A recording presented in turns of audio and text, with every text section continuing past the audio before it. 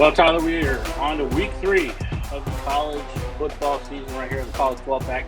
Your host, Patrick Conn, the senior editor of the College Wires. With me, as always, Tyler Nettuno of LSU Tigers Wire and known Florida Gator, unapologetic, blatant homer.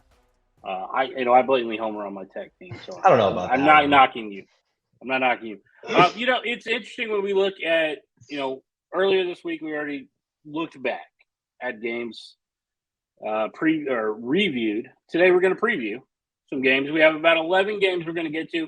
And then at the end of the show, me and Tyler, we're going to talk about our early favorites for the college football playoff, because who doesn't love a way too early argument, as well as who we think our finalists are as of right now going to New York for the Heisman Trophy ceremony. But before we get into that, let's talk about the games that are actually going to be played this weekend. And we're going to start in Gainesville, Florida, going to the Swamp. We have the Tennessee Vols, who are a team that don't look as impressive as I thought they would be, or you. I don't think you thought that they were all that impressive this season. Go against a Florida team that we're not real sure about, whether it's defensively, offensively, what Napier's doing. But Florida doesn't look like a team that is building upon last season. But that's where we're going to start. And Tyler, so let's talk Florida Gators. Give me the reasons why I should be buying or putting on my orange and blue glasses for this game. I'm not necessarily saying you should. I do think, though, this is a game that's worth keeping an eye on. Honestly, as we've established, I'm a blatant homer, but I do think that this really is, honestly, maybe the most compelling game on a pretty weak week 3 schedule. I think it's a really interesting matchup because you look at Tennessee offense, and I think, like you said, it's been a little bit slow to start the year. I personally kind of thought this would be a pretty turnkey offense. You lose a lot of pieces from last year. You lose, Jalen Hyatt, you lose Hendon Hooker, obviously. It's, you're not running it back with the same personnel, but just schematically, Heupel's offense is just so effective in college football that I really didn't think there would be much of a drop off. It's hard to tell early, but it kind of seems like there has been. Took a little bit to get going against Virginia and a really slow start against Austin Peay last week in an FCS game before eventually pulling away. That game was tied at 6 late into the second quarter. So I think there are maybe some concerns about this offense with Joe Milton, a guy who has a really good arm, but, throughout his career has kind of had some struggles with accuracy. So, they're going up against a Florida defense that was really bad last year, and through 2 games looks improved. It's hard to say how improved because they played a Utah team without their 2 best players on offense and then McNeese. But I just think in terms of being in the right position, swarming to the ball, I think they're doing the right things. And I'm really curious to see how this secondary, which is talented but young, handles this Tennessee passing attack, which hasn't looked incredible so far. To be honest, though, my big concerns with Florida are on the offensive side of the ball here. So, you were able to establish the run last week against McNeese. I don't really read too much into that because it's McNeese. You should be able to establish the run against McNeese. And you really weren't able to establish much of a downfield passing game. They hit one big play at the end of the game from Graham Mertz, but most of the ones they missed on. So that doesn't give me a lot of confidence, especially considering they struggled in the same ways against Utah. But I really am believing in Florida's defense. I think I can really see a reality where they're able to slow them down in a way that not many teams were able to last year. And I realize I could look really stupid for this when we meet again on Monday, but I'm going with it. Bold prediction here. I think Florida gets the win, a huge tenure-defining win at home for Billy Napier. Worth pointing out, Tennessee has not won in Gainesville since 2003. It's been a long time. It has been a long time. A lot of things have changed. I will agree with you in terms of I'm taking Florida plus the points in this. You got a 7-point spread. I'll take Florida to cover. I don't know that they necessarily win this game. But my big question is Brew McCoy. He was a guy that coming into this season we thought a lot of, and we thought that he was going to be the next guy to step up. So my question is, will the real Brew McCoy stand up and kind of lead this offense? But as far as Florida is concerned, my big worry is how do they slow down Aaron Beasley and Tyler Barron? Beasley leads their team in sacks. He leads them in tackles for loss. They've got to find a way to neutralize him and allow that running game for Florida to get going. So I'm not going to knock you too much for taking Florida in this game because I am going to take them to cover. against a Tennessee team. And it would be something if Florida was to win this game and really shake things up in the SEC East. Now, going into another Power Five game that we have, it's a conference game in the Big Ten. Penn State, Illinois. If you remember this game last year, this was the multi-overtime battling 2-point conversion game. What was it, 8, 9 overtimes? I can't even recall. It was absolutely ridiculous. And the fact that it made me question a lot about the Penn State team last year with Sean Clifford running the show. It's a little different this year. We saw Illinois already against Kansas last week, Friday night. We saw what Kansas was able to do. And I think if they had trouble with Devin Neal with Kansas, Nicholas Singleton is going to run up the score on him. I think he could really challenge this defense, who doesn't look the same without Ryan Walters, who's now running the Purdue program. Yeah, I really agree with you. I think that the way Illinois played against Kansas was pretty concerning heading into this game. You know, they didn't really handle that offense that well, I didn't think. And now they, are facing a guy in Drew Aller who's not as dynamic of a player as Jalen Daniels, but probably a better passer of the football. Looking at Penn State, I'm honestly not really entirely sold on them so far. Like, I think that, you look at that game one against West Virginia, I think it was a little bit more of a sluggish game than maybe we were expecting. Drew Aller's final stat line in that game was really good. I thought maybe they missed some opportunities, though, on offense. And then, took care of business against Delaware, an FCS opponent last week. I have questions about Penn State. I'm not sure I'm ready to say this team is going to be competing with Michigan and Ohio State in the Big Ten East, but that to me is a far cry, from beating Illinois, even on the road. I think they get it done. My biggest question with Illinois in this game, it's more so on Illinois' side than the Penn State side. If they're giving up 30-plus points a game, they're not going to win very many, because I just don't believe in that offense to put up that many points week in and week out. So if Penn State can put up the points with Nicholas Singleton running the football, Drew Aller throwing it around, they're going to have a lot of problems. And that's why I think Penn State's going to win this football game. And I think they win it pretty handedly. I see this as a double score game. I agree with you. I don't buy into Penn State as much as some others. But right now, for me, it's the lack of confidence I have in Illinois to really make this game competitive from an offensive standpoint. But we're going to move on to the team that I know that you're going to be covering this weekend. Going to the SEC, LSU, Mississippi State. This is really the first look we're getting, real big look at Mississippi State as they're playing LSU in the post-Mike Leach era. It's going to be interesting to see, because we've already kind of seen that this offense, this team is running completely different. More running the football, less of the air raid throwing it around, which we expected, because it would be really hard for him to replace Mike Leach and go in there with that same kind of offense. I think it's going to be tough for them. But on the LSU side, we have a lot of questions, and really it boils down to that offense for LSU and Harold Perkins becoming the player that we saw last year. With his absence, especially in that Florida State game, was really concerning for that defense. And it might be how they're utilizing him, but I think they need to get back to utilizing Harold Perkins to his strength against this Mississippi State offense. And let's not forget, Will Rogers can still sling it around. He can still make it difficult on your defense. And as we saw against Florida State, the LSU secondary has shown to be suspect. But still, in this game, I expect that LSU wins this football game by 10 points. I'm going to go with them to cover the spread in this game. Now, Tyler, I know you're going to tap the brakes a little bit, but I want to hear what you got to say about the LSU game against Mississippi State. Yeah. So when we previewed the SEC, one of our biggest questions was about Mississippi State. How they would look in year one, how much of a transition it would be from, the air raid under Mike Leach to whatever identity Zach Arnett wants this program to have in the next era. And honestly, I think that transformation has been a lot more significant in year one even than I maybe expected. I believe the first two games of the year were both the two career lows for Will Rogers in terms of attempts. I know their passing offense is, I believe, if not the worst in the SEC right now in terms of yards per game. It's definitely down near the bottom. And to contrast that, their run game with Jaquavius Marks is one of the best in the entire conference, and they've got a really tough defense. So the identity of this program really has changed a lot in one offseason under Zach Arnett. It's kind of surprising to see. And this is, like you said, the first real test. They hosted Arizona last weekend, a game that they were up kind of big, squandered a lead, eventually went to overtime. They hang on. this will be interesting. At home, it's a morning kickoff. LSU struggled with that, a morning road kickoff in the SEC last year against Arkansas. So I'm interested to see how they handle that this time around.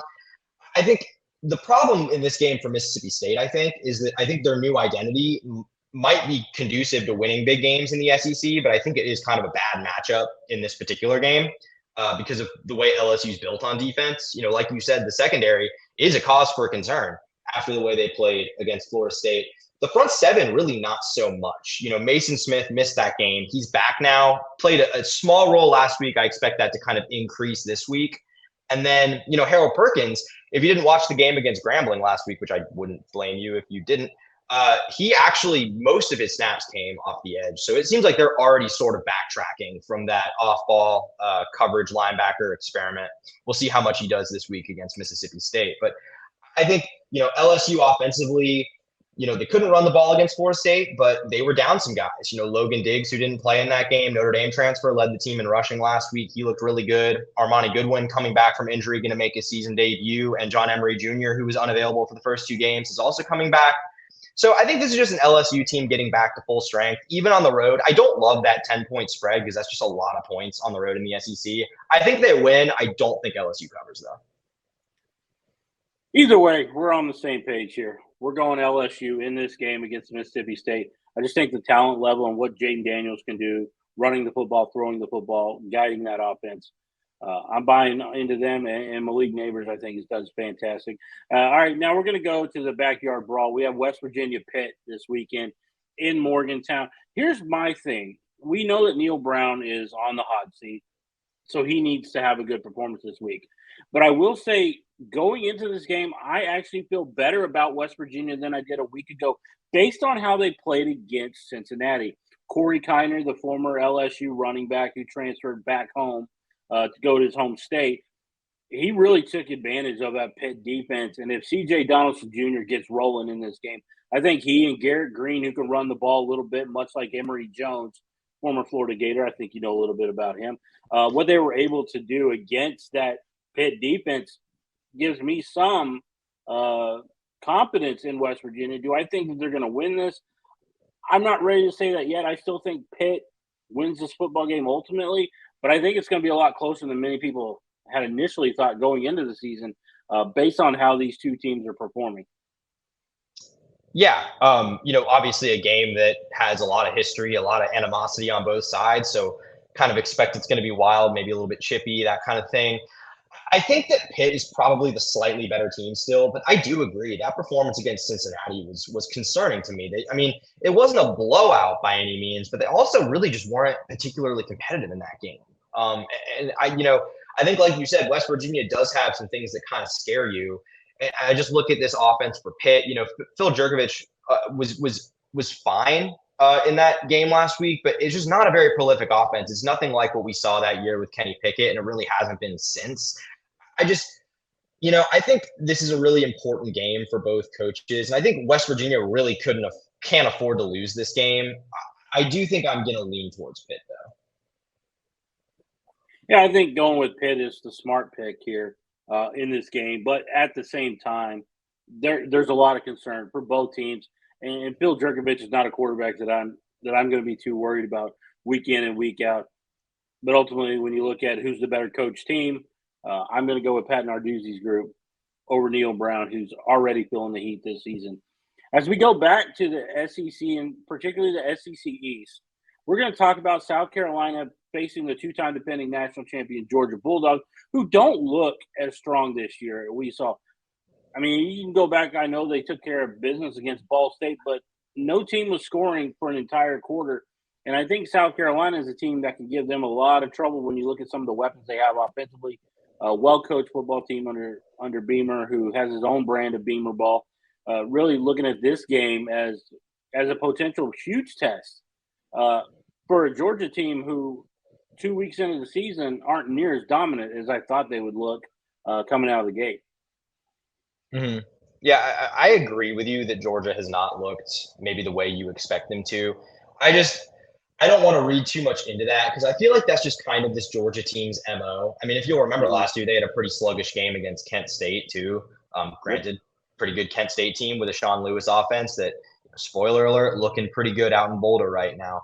But, I think that this game is probably not going to be close, but it's one that I'm sort of talking myself into a little bit just because of how much Georgia lost. I mean, especially on defense, but on offense too. We have a lot of questions. They haven't been tested yet. Games against Tennessee, Martin, and Ball State. Okay. I want to see it against someone in the SEC, even a middle of the pack team like South Carolina that, just to be frank, has problems. Like, I'm disappointed so far with the way they've started the year. I mean, it looked fine against Furman last week, but that North Carolina loss was disappointing.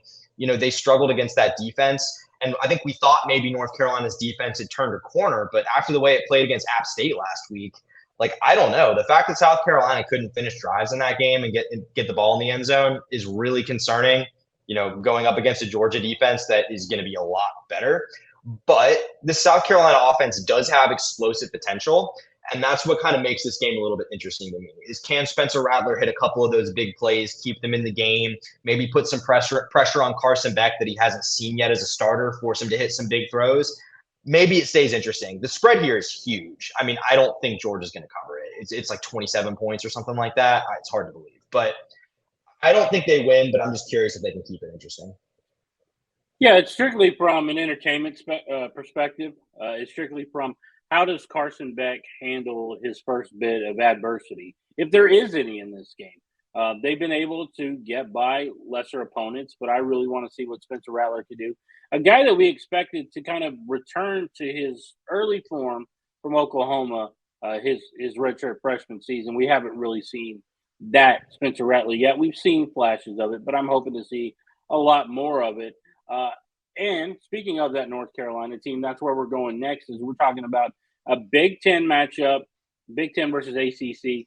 We have Minnesota playing against North Carolina, and I'm interested to see if that Minnesota defense can slow down a Drake May, who, like we saw against South Carolina, was able to take care of business.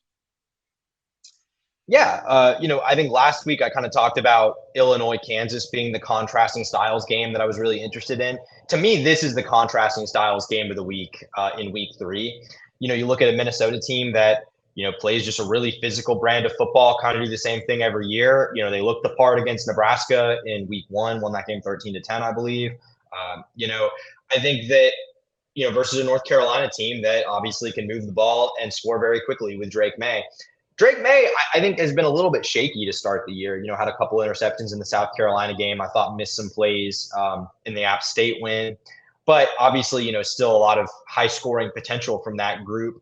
I think that it'll be a tough test for North Carolina, but I also do think they'll probably pull away just because I don't think Minnesota really has the firepower to keep up unless they just deliver a really, really impressive defensive performance, which I think is just a tough ask against a team this talented. Yeah, it's not like Ibrahim is walking through that door to help Minnesota on that run game, because he really was a huge part of it in recent years. But you're right. I don't think they have the firepower to keep up with Drake May and reaching that potential. So I'm going to go with North Carolina in this game. And now we're going to get into a game I'm really excited to talk about. And mostly because I want to see what Michael Penix Jr. has in store for us this week. We have Washington going to East Lansing to play Michigan State. And this is interesting because I am not sure, even with Mel Tucker, that Michigan State is going to have their heads on right for this game, because this is a defense or a team that can put up a lot of points on your defense, and that's got to have a lot of people in East Lansing concerned with Washington coming in. Yeah, so obviously no Mel Tucker in this game. Interim coach is Harlan Barnett, guy who's already in the staff, and then Mark D'Antonio actually coming back. So to be an assistant. Interested to see how they look in this game, but I'll just be honest with you, I don't think this game really had a lot of juice before any of that happened. I think this was probably going to be a pretty comfortable win for Washington already. Add in the distractions off the field, the turmoil within the program, the uncertainty about the future. Some of these guys might be looking to transfer. Obviously when a coach gets fired, which has not happened yet, they have a 30-day window to enter the portal. So I think that I just don't really see how Michigan State is going to keep this game close. I will say, looking at Washington, they've played Boise State and Tulsa.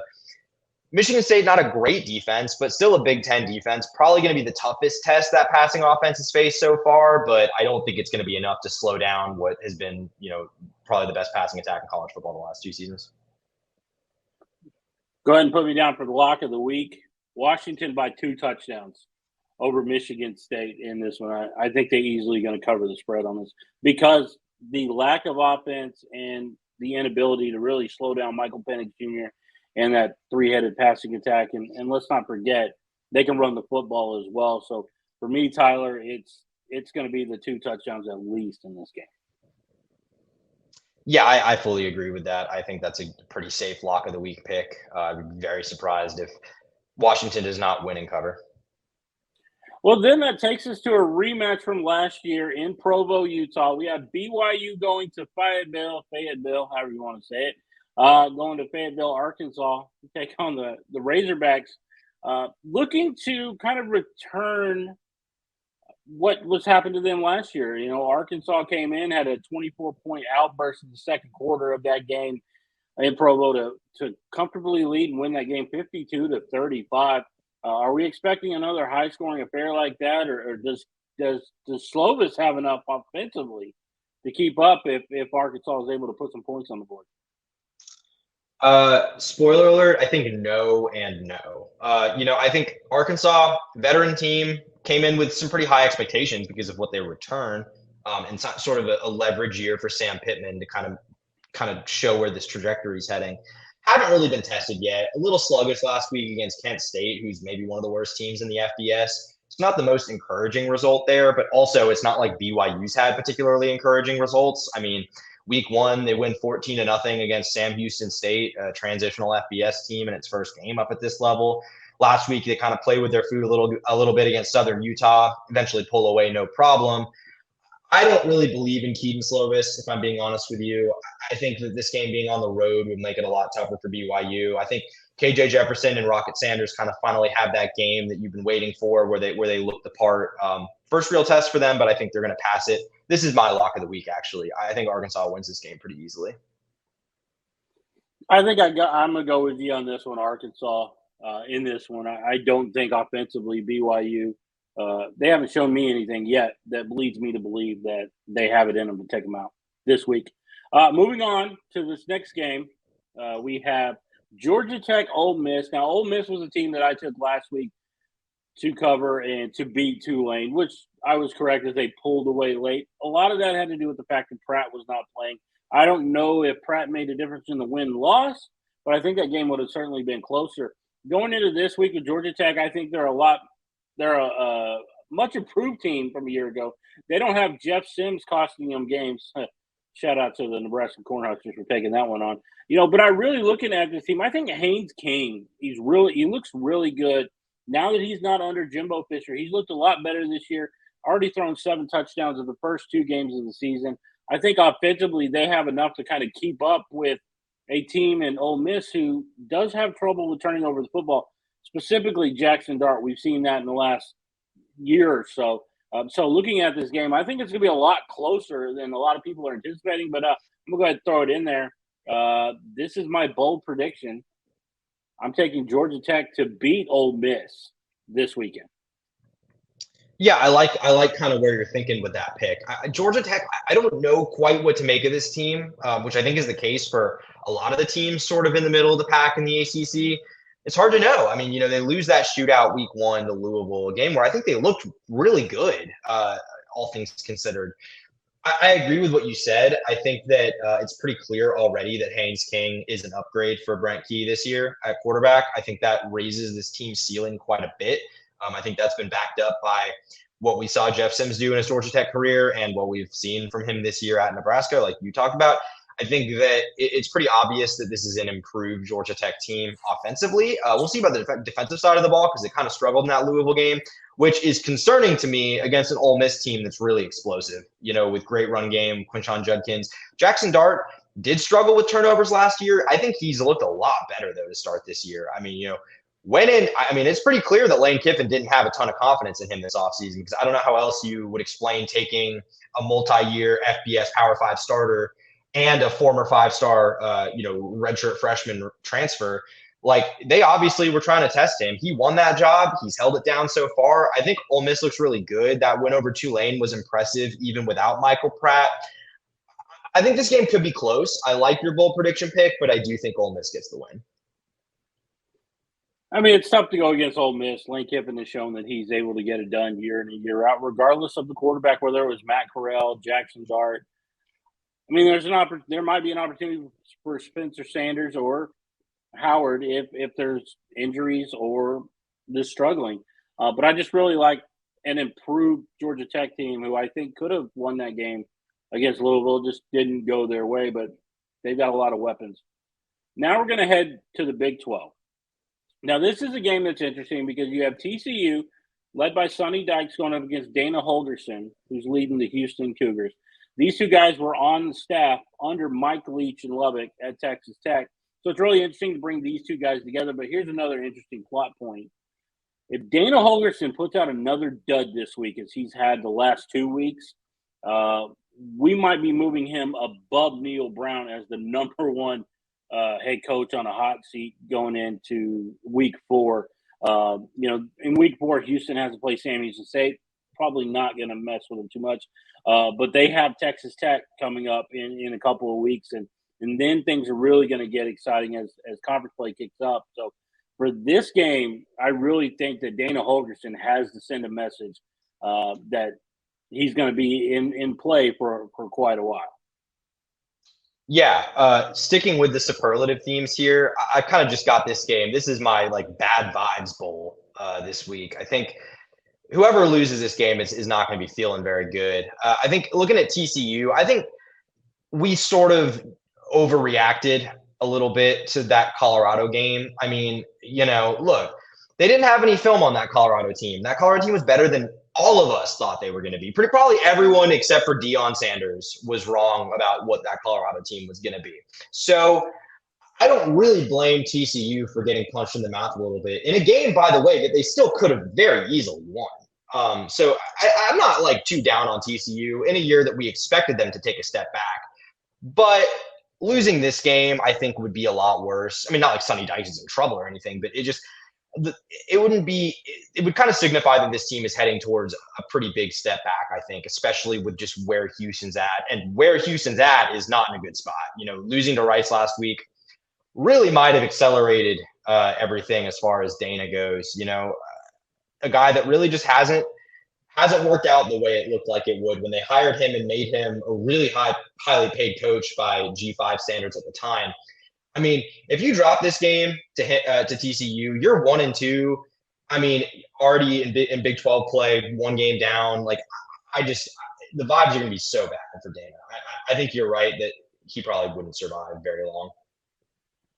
And really, you talk about a guy who's only had, his first 2 years at Houston had a losing season. The last 2 years, he's won a total of 20 games. But I think it's even worse when you look at Rice falling down 28-0 in that game and having to come all the way back, force overtime, and then losing double overtime. It's not going to sit well, but if he goes out and beats TCU, I think all is forgotten. However, if it's another dud, then there's going to be problems. He's been a good coach, not a great coach everywhere he's been. So it'll be interesting to see how the Houston TCU game comes out. Because if TCU loses this game, they're going to have a lot of questions they've got to answer, specifically on the offensive side of the ball, because I don't really feel like they're clicking the way that we anticipated, especially for a coach who's known for offense. And really, that's where I'm going to start with my concerns with Sonny Dykes. But, I think TCU finds enough in this game, and I think they win, and I think it puts even more pressure on Dana Holgerson down in Houston. All right, our final game that we're going to preview before we get into our way too early picks is we're going to talk about Colorado. You brought them up, Colorado State, Colorado. Now, the only reason that this is interesting is because this is the final tune-up game before we get Colorado versus Oregon in week 4. What are you expecting to see from Colorado in this game, in a game that I don't expect to be very competitive? Yeah, this game's also game day because ESPN and Fox just cannot get enough of Deion Sanders. So get used to that. I don't think that trend's changing anytime soon. as of today, they're reporting that Fox Big News Saturday might be going to Colorado USC also. So a lot of trips out there. Look, this game shouldn't be close. I think you're right. I mean, it'll be interesting to see just because more times watching Colorado play a football team and just to kind of see what this team is capable of on a week-to-week basis.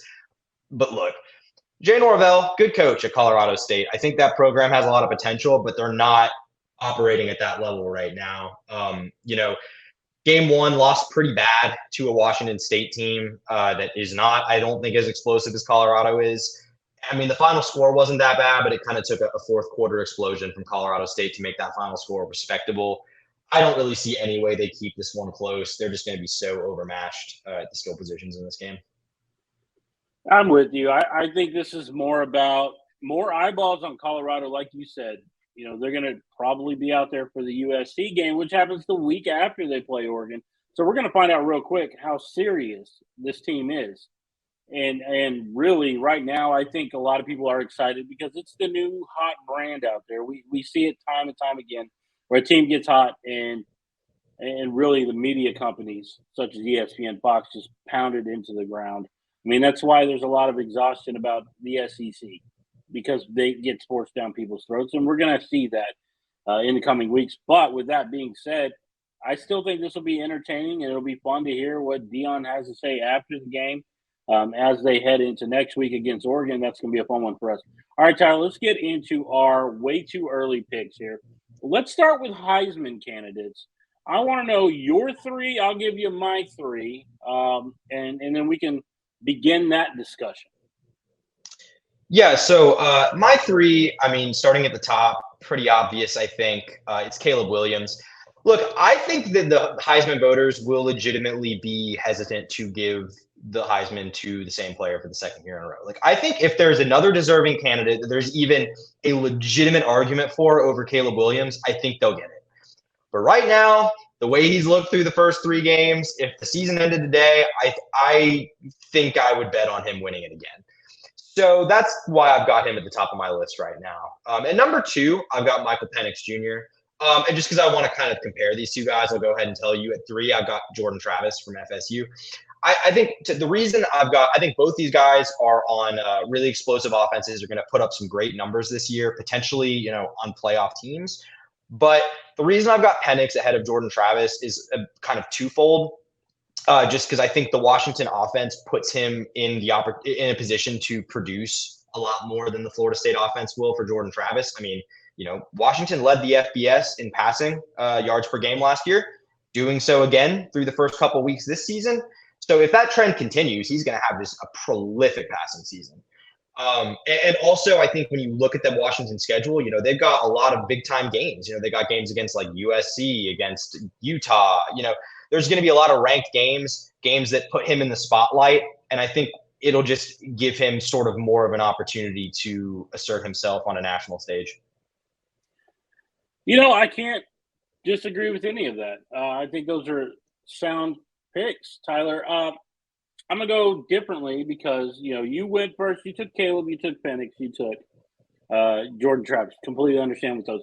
I'm going to go with Quinn Ewers at the top. I think the job that he did against Alabama was huge, but also I think if Texas is going to be a legit candidate to be in the college football playoffs this year, it's going to be on the shoulders of Quinn Ewers, and he looked fantastic. He looked like he picked up right where he left off against Alabama a season ago before that injury by Dallas Turner.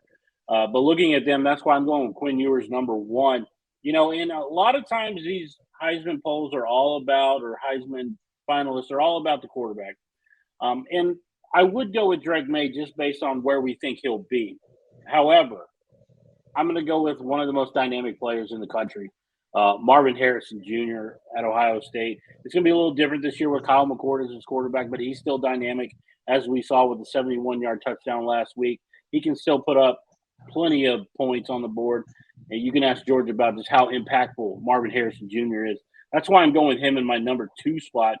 And in my number three spot is going to be Sam Hartman. This guy's only thrown 64 passes this year, but he has 10 touchdowns, no interceptions, 75% completion. When he throws the ball, it's making an impact. And, there's a lot of reason why there is a buzz around the Notre Dame Fighting Irish, especially after that game against North Carolina State in Raleigh. And that's why I'm going with Hartman in the third spot of my top 3 for the Heisman candidacy. Yeah, I think those are 3 great picks. Quinn Ewers has probably individually the best passing performance of the season so far. Most impressive considering who it came against. I think, Marvin Harrison Jr., a little bit of a slow start in that first game. New quarterback, a little bit understandable. They sort of made it an emphasis to get him involved in the game last week against Youngstown State. If that trend continues, he's going to have a huge season. Obviously hard for skill position guys to crack that stage, but it's happened before. Devontae Smith did it a few years ago. So I think that, and then I think, sorry, remind me who your last pick was? Well, we had Quinn Ewers, and then I had Hartman after Marvin. Oh, yeah, Sam Hartman. Yeah, I mean, look, Sam Hartman, I'm surprised Sam Hartman and Notre Dame aren't getting more overall national conversations, right? Like, Notre Dame looks really good so far. They could kind of throw everything in a loop when we're talking about the playoff. And if Hartman is leading this team to the playoff, playing the way he is so far, I think there's a good chance he'll end up on that stage. And speaking of playoff, let's get into that. I think we agree on 3 of the 4, right? Let's just get that out of the way, and then we can argue team number 4. I think we both start with Georgia right now, two-time defending national champions. They still look good. Don't get us wrong. I know we talked about their game against South Carolina, how it can answer some questions. But right now, I still feel like Georgia is the class of the SEC until proven otherwise. And then we both agree that Florida State, just the way that they looked against LSU, arguably they should be the number 2 team in the country. You can make that argument over a Michigan team who I'm not really all that sold on this year. You look at Texas. I think we both agree in Texas right now. If you look at the way that they won that game, I believe Alabama led in that game for 1 minute. That was it. 1 minute the entire game. And Texas quickly put up a bunch of points with A.D. Mitchell, Quinn Ewers finding him for a couple of touchdowns. So I think we agree on Texas. It's that 4th team that we kind of are having the conversation about. And I know you, for instance, are going with Big Blue as your 4th team in your college football playoff. Yeah, I think, look, it hasn't been like world beating so far for Michigan, but I think they've looked fine against inferior opponents. No Jim Harbaugh. They're doing kind of weird things with the coaching duties. I know one of these games they rotated who the head coach was at halftime. So they're sort of just, having a weird start to the year. I'm not reading too much into it either way. And again, none of these games have been particularly close. I still like Michigan. I think most of my preseason opinions about Michigan are still valid. If anything, I think they're honestly maybe been a little bit more validated by some of the issues it seems like Ohio State may or may not have. I mean, we'll see. But I think if you have to pick which one of those 2 has been more impressive to start the year, I think the answer is Michigan. So, yeah, I think, when you look at a team like, could a team like Notre Dame crash the party? Could a team out West crash the party? Very possible. Very possible. But for now, I'm sticking with Michigan just because they've done it the last 2 years. Yeah, it's a great pick. I'm not going to knock you too much. I'm just not as impressed. A team that has been impressive has been USC. And you talked about Caleb Williams and what he's been able to do, the points that he's been able to put up. And honestly, they haven't really been tested other than a San Jose State that put 28 on them, 14 points in Nevada, one of the worst programs in the country. Stanford, who's trying to rebuild under new head coach Troy Taylor, only managed to put up 10 points. That game was over by halftime. Now USC is going to start getting into their schedule with Arizona State, Colorado, Arizona. Oh, by the way, Notre Dame, that might decide a spot in the college football playoff. It might come down to who wins that game between USC and Notre Dame. USC won it last year. But this year, Notre Dame has a better quarterback, so that's going to be interesting. But for me right now, until proven otherwise, until they start playing some of these games, I'm going to go with USC in that 4th spot. Yeah, I mean, I think that's understandable. I think, we'll see. USC hasn't been tested yet. We'll see if that defense has improved. We'll see if they have the same problems that limited them last year. But I think this offense has only gotten better, even losing a guy like Jordan Addison and stuff. I think still Caleb Williams elevates this team to a crazy high level. And because of that, it's hard to count them out against literally anybody in the country. Yeah, and we will find out because if you look at the schedule, based on ranked teams right now, I believe they have 6 games on their remaining schedule against ranked teams. So we're going to find out a lot about USC. And Alex Grinch, I hope you're ready, buddy, because if you fail, you're gone. there's no way That you Colorado can- game might score. There might be like 120 total points scored in that game. Smash the over is what Tyler is saying. Yeah, but that's going to do it for this edition of the College 12 Pack. Tyler, I'm Patrick. We'll see you next week.